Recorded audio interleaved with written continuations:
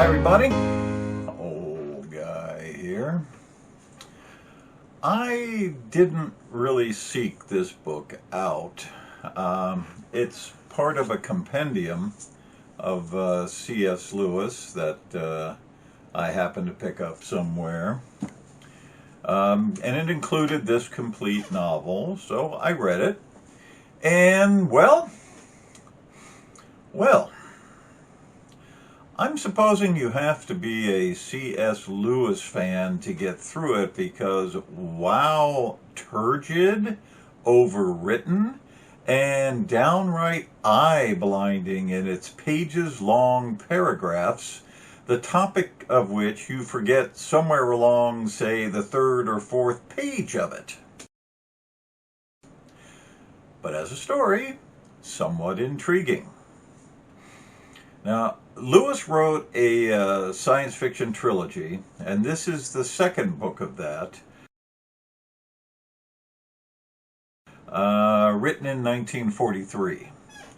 The first is called Out of the Silent Planet, and it sets up the characters and the situation and does some world building. And I'm really not sure if you need to read it before you read this one, because it's probably just as confusing. Don't take my word for it, though. It may be scintillating and life-changing prose for all I know. I do know that this one is oddly constructed, with a narrator named Lewis. I wonder who that could be.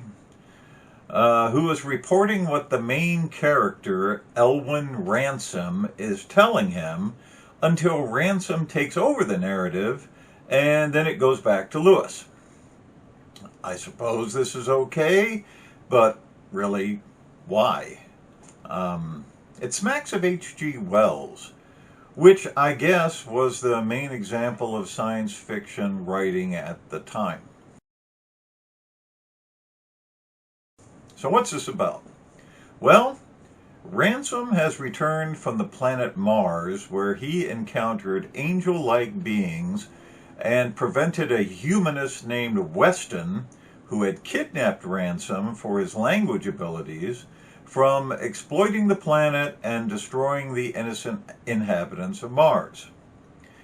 Ransom is ordered to Venus by Oyarsa, who is the angelic ruler of Mars, to thwart an attack by Earth's black Archon, Satan. And what is this attack? Well, Venus is essentially Eden, a water planet with floating islands of vegetation and animals that get tossed around by the waves, making a walk around the place rather difficult. But don't worry, if you need to get over to the next island, you can ride a fish. The fixed land is the only solid geographic feature on Venus, a mountainous island that Maladil, God, has forbidden the only two human inhabitants, called the Queen and the King of Venus, from sleeping on.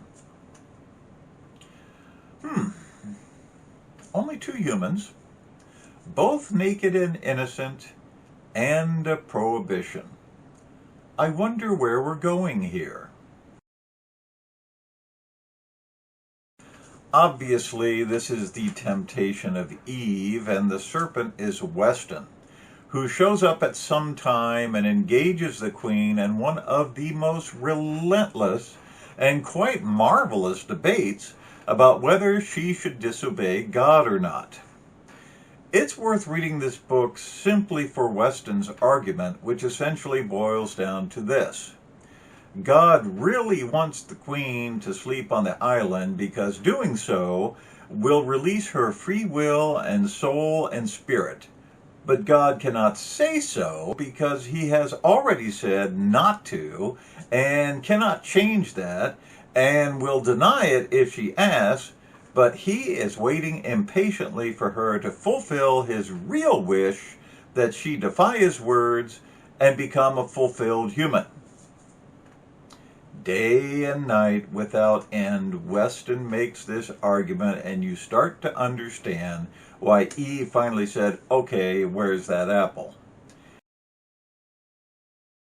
It really comes down to the Queen's personal decision.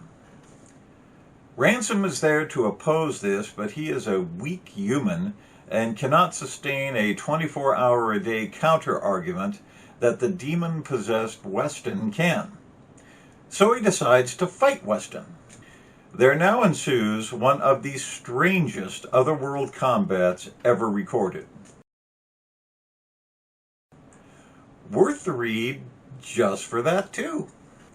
Won't tell you what happens, but there's an extremely long passage in the end where angelic creatures praise God in every nth possible manner of doing so, to the point they must run out of topics sometime and probably have to look at each other's papers. I mean, if this is what we're supposed to do for eternity, then I'll be done in about a week. Did I like it? Not really. It felt like a homework assignment. But there are parts that wax brilliant and are quite insightful.